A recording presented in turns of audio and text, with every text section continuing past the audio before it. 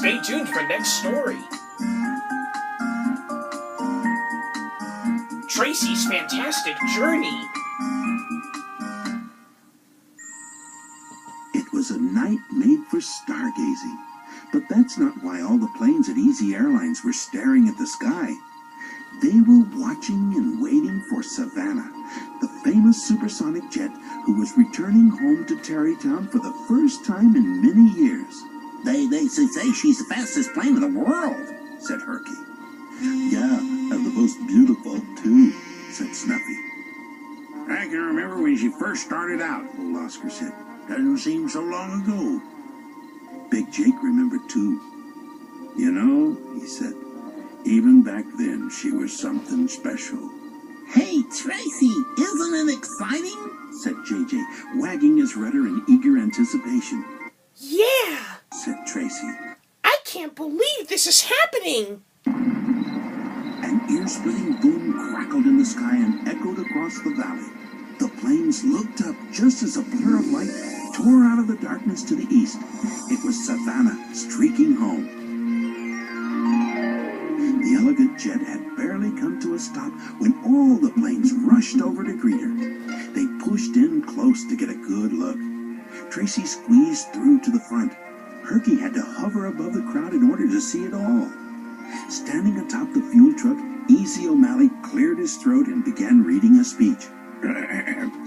Seeing you here tonight brings to mind, oh, shucks, this speech is boring. Easy O'Malley tore his notes in two. What I mean to say is, it's sure good to see you, Savannah. Welcome home, my dear. Thanks, Easy. You're still sweet as Sugar King, she said. You've made me feel right at home, all of you have. Then, because she was tired after her long trip, she made her way to the hangar to relax for a while. Easy O'Malley posted a Do Not Disturb sign outside the hangar so that Savannah could rest in peace. But Tracy had to talk with her right away. She peeked into the hangar and said timidly, Excuse me, Miss Savannah? May I talk with you for a moment, please? Savannah gave Tracy a warm smile. Sure, honey. What's on your mind? Tracy hurried into the hangar. She had so much she wanted to say, it all came out at once. I never get to do anything fun. I never get to go to interesting places. All I do is study, train, practice. It's so boring. But you go to exciting places all the time. It must be wonderful. You're wonderful, and I want to be just like you. But I don't know how, and I don't know what to do. I just don't know what to do. Savannah looked at Tracy with calm, reassuring eyes. One day, when you're older, you'll go to all of the places I've been, and then some. But you know what? I bet things wouldn't seem so boring right now if you learn to use your imagination a little more. What do you mean? Asked Tracy. Well, when I was your age, living in this very hangar, I used to dream about the big, wide world outside and all the faraway places I wanted to see. And guess what? In my dreams, I could go there. Well, what good is that? Asked Tracy. It's not real. It's just a dream. Tracy, don't you see? You have to have dreams. If you don't dream dreams, you have nothing to reach for. You have no dreams to come true. Later that night, before falling asleep, Tracy thought about everything Savannah had said. She stayed up very, very late, thinking and thinking and thinking. The morning was unusually hazy as Tracy set out on her training flight. Climbing high over the mountains, she thought she saw Savannah way in the distance, disappearing into a dense patch of clouds. Racing to the spot where Savannah had been, she came upon a tunnel through the clouds. But entering the tunnel, Savannah was nowhere in sight. Tracy called out, Savannah! Savannah! But her own echo is all that came back. A bluish white light twinkled at the far end of the tunnel. She hurried forward and at long last reached the end. Emerging into the light, she could not believe her eyes. Through wispy clouds, a shimmering city of glass loomed on the horizon. Everything sparkled and glistened like diamonds. It was the most breathtaking thing Tracy had ever seen. In the distant haze, she thought she saw Savannah. But before she could call to her, a glint of sunlight flashed in her eyes. The next thing she knew, she was gliding over a boundless field of golden sunflowers that reached from the ground all the way to the sky.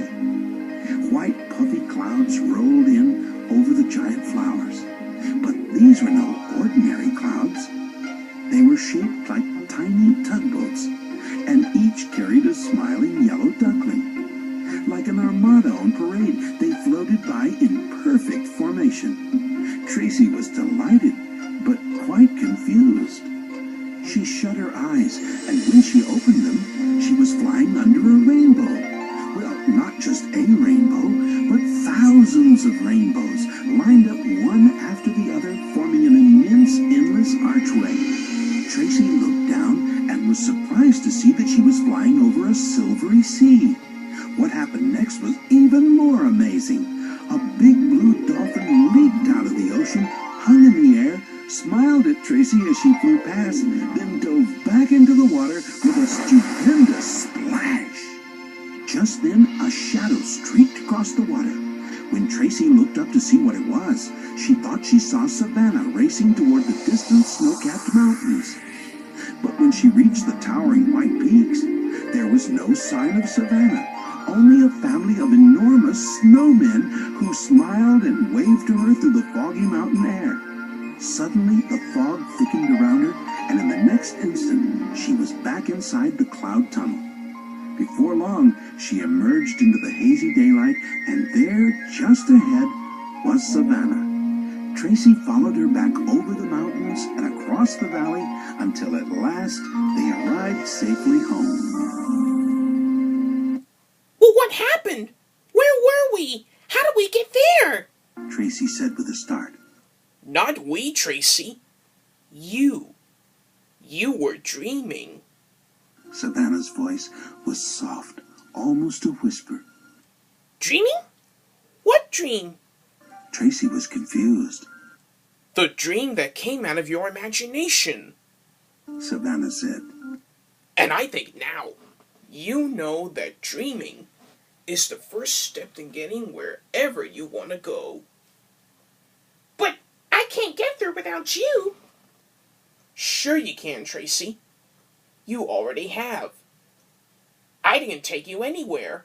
I just pointed the way. You mean I went by myself? Tracy's eyes lit up with dawning awareness. Oh, Savannah! It was so beautiful! There was a big blue dolphin and giant sunflowers and a city made of glass. And you know what? You were in my dream too. I'll tell you a secret, Savannah said softly. Why, you've been dreaming of faraway places. I've been dreaming of home, right here in Tarrytown. And guess what? You were in my dream too.